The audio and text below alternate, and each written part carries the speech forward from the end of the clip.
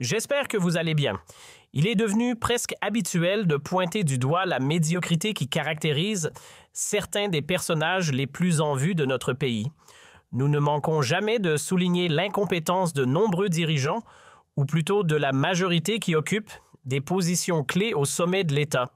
Si l'Algérie connaît les difficultés qu'elle traverse, c'est en grande partie à cause de cette incompétence systémique, de cette incapacité intellectuelle et de cette absence de vision stratégique chez nos dirigeants.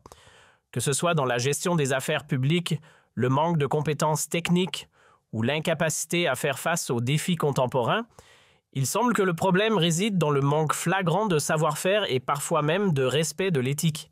Et dans ce contexte, une figure incarne parfaitement ce phénomène, une personne qui, malgré un parcours presque inexistant en termes de qualification et de mérite, a pourtant su s'imposer à force de connivence et de manipulation.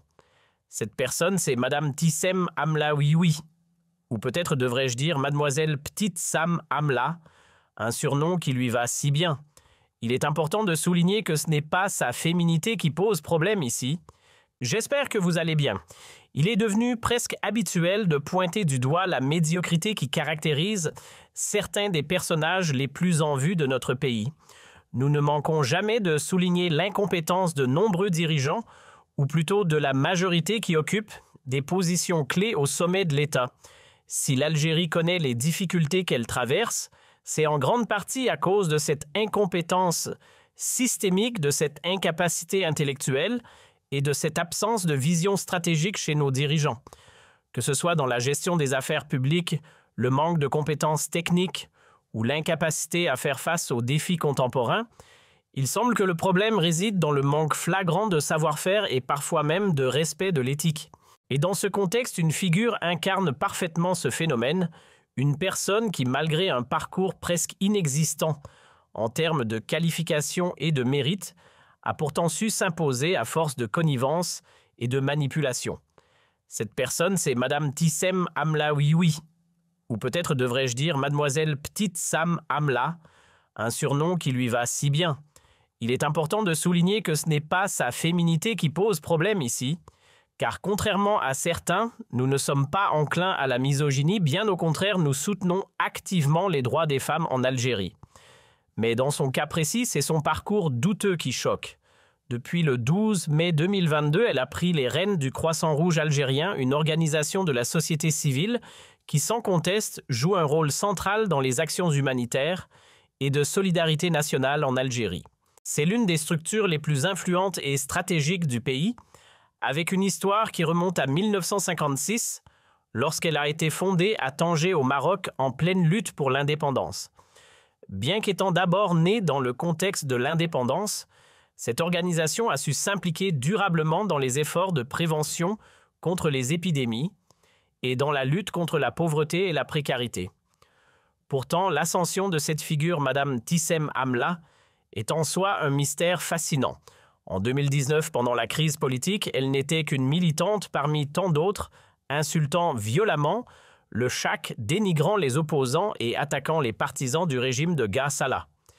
Mais contre toute attente, elle s'est métamorphosée en une ardente défenseuse du régime de Tebboune. Invitée sur les plateaux de télévision, elle est devenue l'outil privilégié pour insulter tout ce qui s'opposait à ce régime, notamment le Hachak, le Maroc, ou encore les pays étrangers jugés problématiques par Tebboune. Du jour au lendemain, elle se retrouve propulsée à la tête du Croissant Rouge algérien.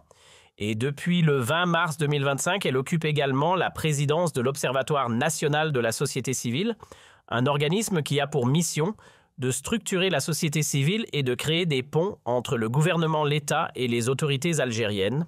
Une ascension fulgurante qui ne passe pas inaperçue. Elle est omniprésente dans les médias, enchaînant conférences de presse, réunions, interventions sur le terrain. Les caméras n'ont Dieu que pour elle.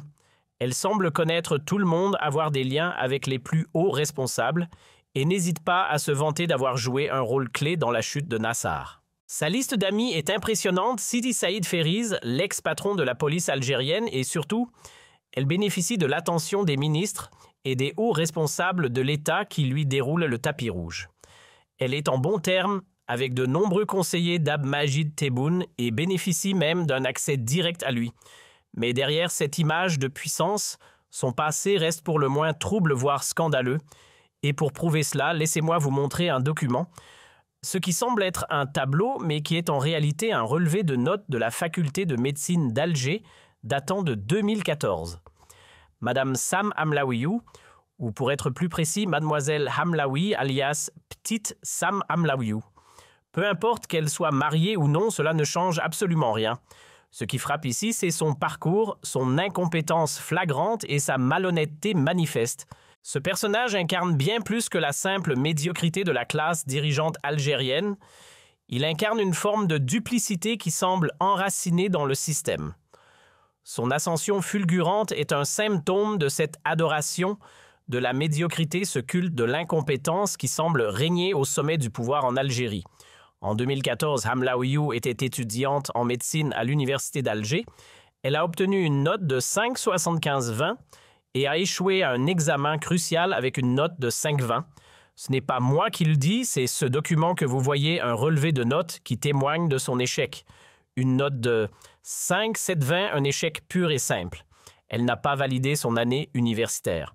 Pour être précis, rentrons dans les détails des études médicales 5,720, un score qui parle de lui-même. En 2014, elle était une simple étudiante, mais 10 ans plus tard, elle s'impose comme l'une des figures les plus influentes du paysage politique algérien, dirigeant certains des organismes les plus prestigieux du pays. Peu de gens connaissent son histoire réelle, c'est pourquoi nous avons mené notre propre enquête pour la mettre en lumière et vous dévoiler sa véritable trajectoire. Et pour être clair, ce n'est en aucun cas un règlement de compte personnel. Je n'ai aucune rancune contre elle, mais simplement une volonté de remettre les choses à leur place. Il n'est tout simplement pas acceptable en 2025 dans un pays de l'ampleur de l'Algérie qu'une personne d'une médiocrité évidente tant intellectuelle qu'universitaire puisse se retrouver à côtoyer les plus hautes sphères du pouvoir. Née le 23 octobre 1981, elle a commencé des études de médecine, débarquant à la faculté de médecine d'Alger autour de 2012-2013. Curieusement, alors qu'elle obtenait des résultats catastrophiques, comme en témoigne ce document avec une note de 5,720 en 2015, elle décroche une bourse d'études pour partir poursuivre ses études à la faculté de médecine de Lille en France. En théorie, ces bourses sont destinées aux meilleurs étudiants, ceux qui méritent cette chance grâce à un parcours irréprochable et des notes excellentes. Et pourtant, sa vie a pris un tournant spectaculaire dès le moment où elle a obtenu cette bourse, quittant la faculté d'Alger pour Lille. Dans sa biographie officielle, elle se présente fièrement comme médecin, se vantant même de sa spécialisation en chirurgie cardiaque. Mais attention, n'ayez aucune illusion, aucune preuve n'a jamais été fournie pour confirmer qu'elle ait terminé ses études ou obtenu son diplôme. En fait, tout cela semble bien flou. J'aimerais qu'elle nous montre ses diplômes, qu'elle nous prouve par qui elle a été agréée en tant que médecin. Selon ses dires, elle est médecin de formation spécialisée dans la chirurgie cardiaque. Mais franchement, je n'aimerais pas être un patient entre ses mains.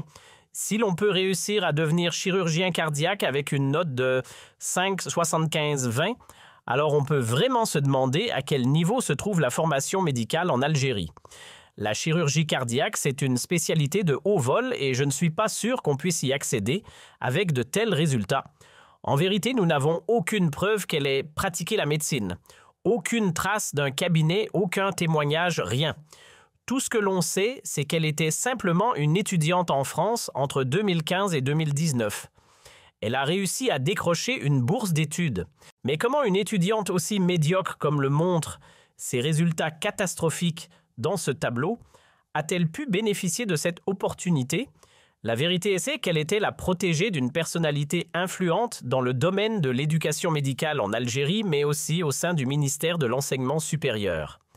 Elle était sous la tutelle du professeur Mohamed Salahdine Ski, un homme clé dans le secteur de la formation médicale en Algérie. Ce professeur n'était pas seulement un spécialiste en chirurgie viscérale et un ancien chef de clinique hospitalière, mais également un ancien recteur d'université et surtout l'ex-secrétaire général du ministère de l'Enseignement supérieur et de la Recherche scientifique. C'est lui qui a pris Hamlaoui sous son aile, intervenant, même auprès de Nordinelli, un autre haut responsable qu'il connaissait bien qui était, entre 2015 et 2018, directeur général des enseignements et de la formation supérieure. C'est grâce à son réseau qu'Amlaoui a obtenu cette bourse pour étudier en France. Et comme si cela ne suffisait pas, Nordinelli lui-même deviendra en 2022 secrétaire général du ministère de l'Enseignement supérieur et de la Recherche scientifique. Grâce à l'influence de deux personnalités majeures dans le milieu universitaire, elle a pu bénéficier de leur soutien et nouer des liens étroits avec Mohamed Saladin Sadiki, qui a joué un rôle crucial dans sa carrière. C'est grâce à lui qu'elle a obtenu cette fameuse bourse d'études, même si, comme le montre son relevé de notes, elle affichait une moyenne générale de 7, ce qui est loin d'être exceptionnel. Et encore, cela ne couvre même pas tous les modules, certains d'entre eux étant carrément sous la moyenne avec une note de 5,20. Et pourtant, elle parvient à décrocher une bourse. Elle s'envole pour Lille où elle poursuit ses études et curieusement, personne ne la connaissait là-bas. Mais comme par hasard, lors des élections législatives de 2017, elle se retrouve candidate. Oui, elle est inscrite sur la liste du FLN et ce, dans la première circonscription du nord de la France, une région qui abrite une grande communauté algérienne. À cette époque, elle n'était qu'une simple marionnette soutenue et poussée par des figures politiques comme le député Jamel Bourras, connu pour ses liens avec l'immigration algérienne en France. Il représentait la région du Nord, une circonscription cruciale s'étendant de la région parisienne à Lille. Elle arrive en France, mais à l'époque, elle n'était même pas résidente. Son titre de séjour. Simplement un visa étudiant, le numéro 503 17 49 18 pour être exact. Elle n'avait pas le statut de résidente en France, elle n'était qu'une étudiante sans lien particulier avec la communauté algérienne. Son objectif était clair, étudier en France, financé par l'État algérien, avec la promesse qu'à la fin de ses études, elle retournerait en Algérie pour rendre service à son pays. L'État qui avait payé pour ses études s'attendait à ce qu'elle travaille pour lui en retour, notamment dans le secteur public de la santé pour soigner les citoyens et témoigner de sa reconnaissance envers sa nation. Mais contre toute attente, elle n'est jamais revenue en Algérie. Non seulement elle n'a pas travaillé là-bas, mais personne ne sait si elle a même exercé la médecine. Elle clame être spécialisée en chirurgie cardiaque, mais avec une moyenne de 5,20, comment peut-elle prétendre cela? Et pour être clair, ce n'est même pas une moyenne valable pour un module complet.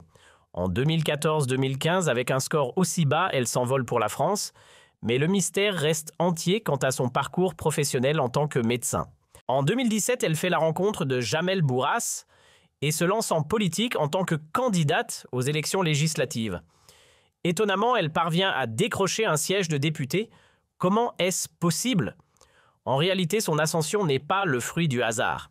Elle doit une grande partie de son succès au professeur Siddiq Mohamed Saladin, ancien secrétaire général du ministère de l'Enseignement supérieur et gestion de la télévision, un homme influent dans le milieu universitaire. Ce dernier était aussi un ami proche de Nassar Bouteflika et d'Abdurrahman Befraa, lui-même ancien secrétaire général du ministère de la formation professionnelle. Il entretenait de solides relations avec Saïd Blair, un universitaire respecté et bien connu dans le milieu syndical de l'université de Babzar. Autant dire qu'il connaissait un grand nombre de personnes influentes et avait un réseau bien étoffé dans le milieu universitaire. J'espère que vous allez bien. Il est devenu presque habituel de pointer du doigt la médiocrité qui caractérise certains des personnages les plus en vue de notre pays. Nous ne manquons jamais de souligner l'incompétence de nombreux dirigeants, ou plutôt de la majorité qui occupe des positions clés au sommet de l'État. Si l'Algérie connaît les difficultés qu'elle traverse, c'est en grande partie à cause de cette incompétence systémique, de cette incapacité intellectuelle et de cette absence de vision stratégique chez nos dirigeants. Que ce soit dans la gestion des affaires publiques, le manque de compétences techniques ou l'incapacité à faire face aux défis contemporains, il semble que le problème réside dans le manque flagrant de savoir-faire et parfois même de respect de l'éthique. Et dans ce contexte, une figure incarne parfaitement ce phénomène, une personne qui, malgré un parcours presque inexistant en termes de qualification et de mérite, a pourtant su s'imposer à force de connivence et de manipulation. Cette personne, c'est Madame Tissem Amlaoui, ou peut-être devrais-je dire Mademoiselle Petite Sam Amla, un surnom qui lui va si bien.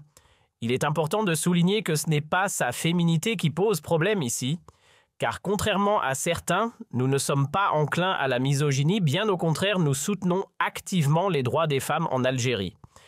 Mais dans son cas précis, c'est son parcours douteux qui choque.